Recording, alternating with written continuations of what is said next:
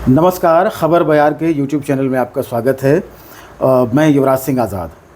जिस तरीके से विनेश फोगाट की कुश्ती को लेकर ओलंपिक में जिस तरीके से परिस्थितियां बुधवार से बनी हुई हैं, जब उन्हें फाइनल से 100 ग्राम वज़न की वजह से उनको बाहर कर दिया गया फाइनल से, उसके बाद जो परिस्थितियां बनी हुई हैं उसको लेकर काफ़ी कुछ कहा जा रहा है। काफ़ी अलग अलग लेवल पे जो है बयानबाजियाँ निकल कर आ रही हैं। और एक लेवल ये भी है कि जो ओलंपिक की बॉडी है उसमें भी बात रखी जा रही है भारत की तरफ से, भारत ओलंपिक की तरफ से।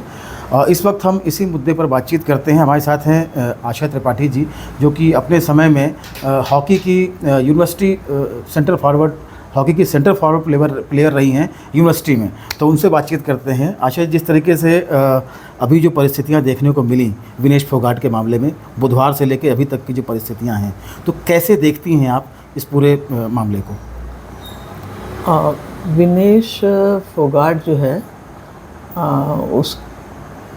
उसकी हार उसे फाइनल से बाहर किया गया, जिस तरीके उसे फाइनल से जो बाहर किया गया बहुत ही अप्रत्याशित और दुखद रहा। भारतीय रेसलिंग को अगर एक नई ऊंचाई पर पहुंचाने की बात हो तो फोगाट सिस्टर का नाम भूला नहीं जा सकता। उनका नाम पहले नंबर पर रहेगा। लेकिन जिस तरह से फाइनल के लिए उसको डिस्क्वालीफाई किया गया वो बेहद दुखद है। लेकिन ओलंपिक के नियमों की हम अवहेलना तो नहीं कर सकते, वो मान्य ही होंगे। और विनेश फोगाट के लिए तो खैर पूरा देश दुखी है। लेकिन मुझे ये आश्चर्य होता है कि ये कोई यानी इतनी बड़ी चूक खिलाड़ी से कैसे हो गई। जहाँ 10 ग्राम 20 ग्राम माने रखता है, वहाँ पर 100 ग्राम वज़न ज़्यादा होना दुर्भाग्यपूर्ण है। और जिस तरीके से अब हम देख रहे हैं कि बयानबाजियाँ और राजनीतिक बयानबाजियाँ निकल कर आ रही हैं, हाँ, ये परेशान करती हैं। हाँ, बहुत ये ज़्यादा परेशान करती हैं। दुख विनेश फोगाट के लिए है, लेकिन इस पर जो राजनीतिकरण हो रही है और राजनीति क्या गंदी राजनीति हो रही है, उसको लेकर दुख ज़्यादा है। क्योंकि ऐसा नहीं है कि वो इस ओलंपिक में 2024 ओलंपिक में उस अकेली को डिस्क्वालीफाई किया गया। 4-5 प्लेयर और हैं जिन्हें वजन के चलते ही डिस्क्वालीफाई हुआ। कभी कोई हल्ला नहीं हुआ इनके लिए। उनके देशों ने कभी इस तरह का यानी वो नहीं किया। आज विनेश ने एक ट्वीट किया है, बहुत ही भावुक होकर ट्वीट किया है। माँ के नाम उसने ट्वीट किया है। हाँ। कि माँ, मैं कुश्ती जीत गई। हाँ, मैं हार गई। हाँ। और मुझे माफ़ करना। हाँ। अब देश के लोगों से भी कहा है कि सपोर्ट के लिए शुक्रिया और माफ़ कीजिए मुझे। हाँ, तो ये भी बेचैन करने वाला है। हाँ, निश्चित तौर पे।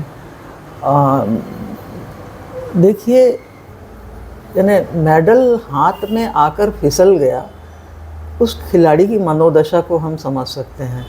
लेकिन मुझे विश्वास है कि कुछ दिनों बाद जब वो एक नॉर्मल कंडीशन में आएगी तो फिर वो फोकस करेगी।